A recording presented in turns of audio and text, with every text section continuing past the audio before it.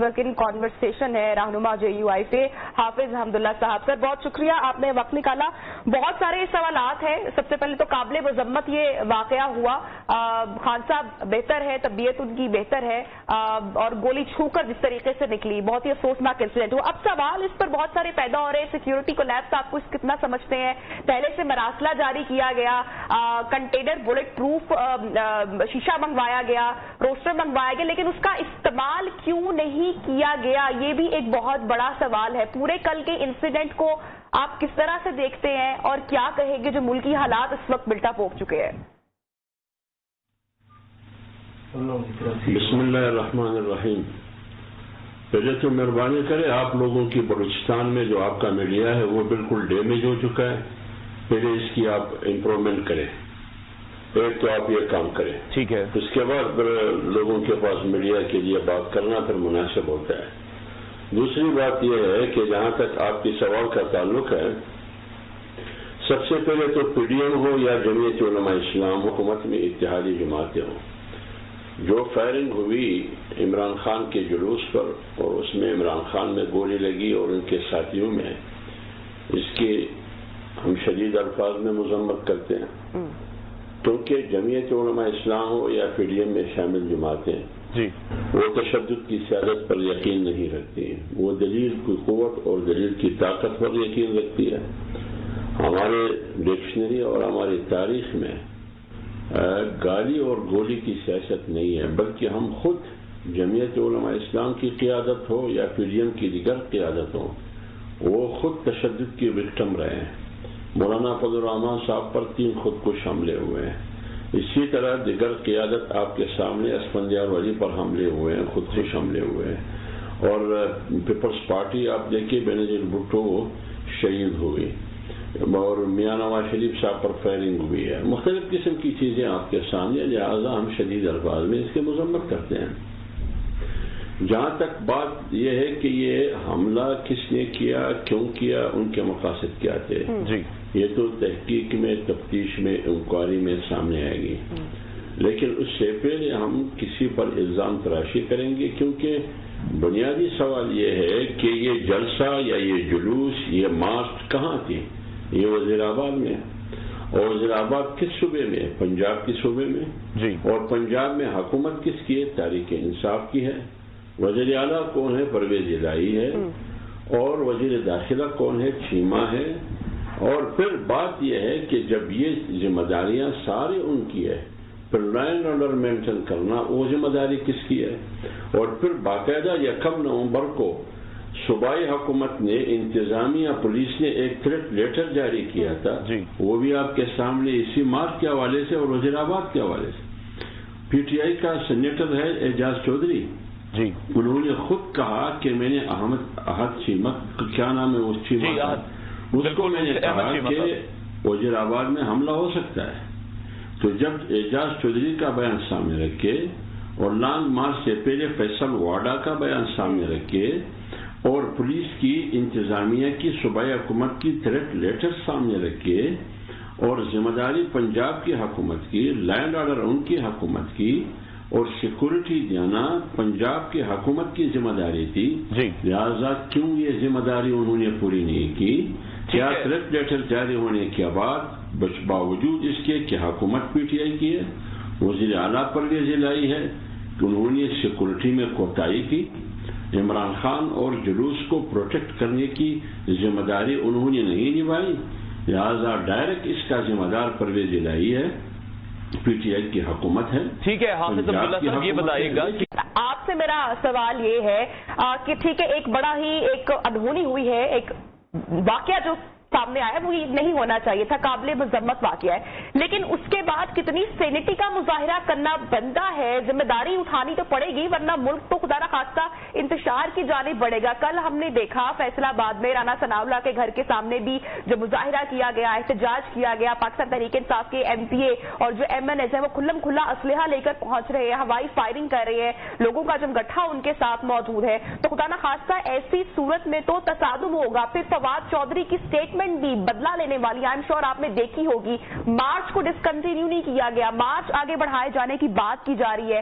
اگر لوگ آئیں گے وہ بھی اسلحہ لے کر آتے ہیں، وفاق تک پہنچتے ہیں، وہاں پر آبویسلی جو پولیس فورس ہوگی وہ بھی اسلحہ بردار ہوگی، تو پھر کیا سچویشن بنے گی؟ حافظ صاحب آپ سے سوال کر رہی ہوں میں سر۔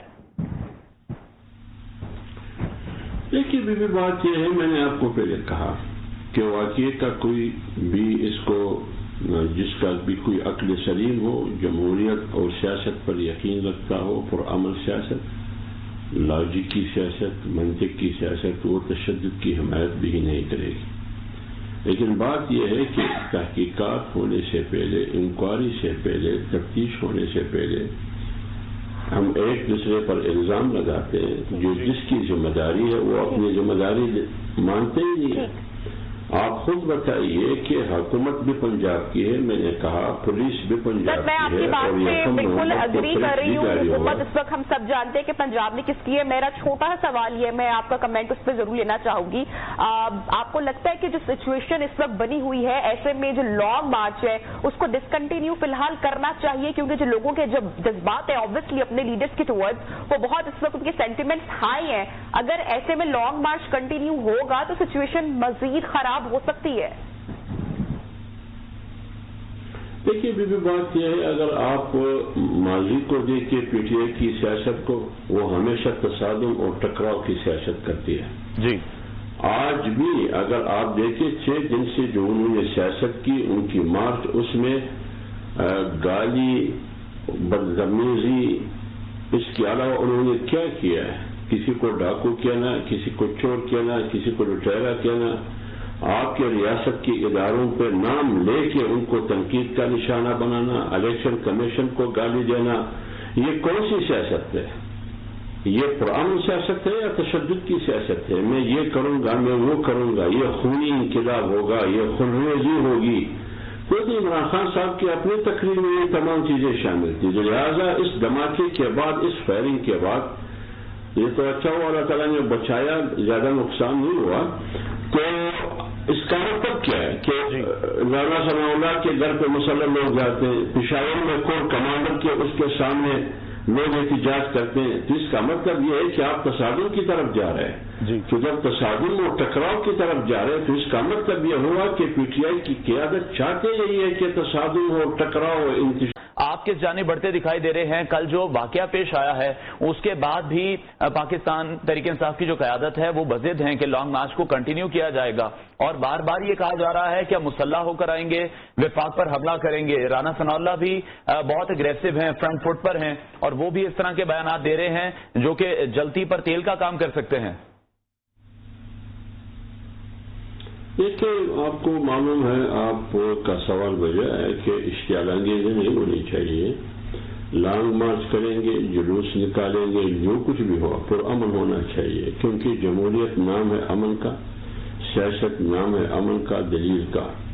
لیکن گالی گلم، گولی، بدتمیزی، بد اخلاقی، میرے خیال میں یہ سیاست میں اس کی کوئی گنجائش نہیں ہے۔ اور دوسری بات یہ ہے کہ اگر آپ تحریک انصاف کی ماضی دیکھیں، انہوں نے 124 دن کے دھرنے میں کیا پارلیمنٹ پر حملہ نہیں کیا؟ یہ تشدد نہیں ہے۔ انہوں نے پی ٹی وی سینٹر پر حملہ نہیں کیا، قبضہ نہیں کیا۔ آج کا جو صدر پاکستان ہے، انہوں نے خود عمران خان صاحب کو فون پر کہا، کال پر، کہ ہم مبارک ہو پی ٹی وی سینٹر پر ہم قبضہ کر چکے ہیں۔ ایک دوسرے کو مبارکباد دیتے رہے، 7 نافرمانی کا اعلان، مارو مرو اور جلاؤ گراؤ، یہ شیخ رشید ان کے دائیں باؤں کہا تھا، آج بھی ان کے ساتھ ہے، یہی باتیں ہو رہی ہیں۔ ابھی اس صورتحال میں آپ دیکھیں، جب 25 مئی کو اسلام آباد پر دعویٰ بولا، پوری اسلام آباد کو جلا دیا۔ خود عمران خان صاحب نے تسلیم کیا کہ میں نے اس لیے پوسٹ پون کیا کہ ہمارے لوگ مسلح تھے۔ علی امین گنڈاپور کا آج کا ایک ہفتہ پہلے آڈیو آپ کے سامنے، وہ کس قسم کی باتیں کرتے ہیں، وہ کامران بنگش ان کی پارٹی کا، وہ کس قسم کی باتیں کرتے ہیں۔ خود عمران خان صاحب اسٹیج پر کھڑے ہو کے کنٹینر پہ خونریزی اور خونی انقلاب کی باتیں کرتے ہیں، اور فیصل واڈا آپ کے سامنے ان کی باتیں، اعجاز چودھری جو ان کا سینیٹر ہے وہ کیا کہتا رہا۔ تو اگر ان تمام سیناریوں کو، ان تمام چیزوں کو سامنے رکھے تو میرے خیال میں پیٹائی کو تھوڑا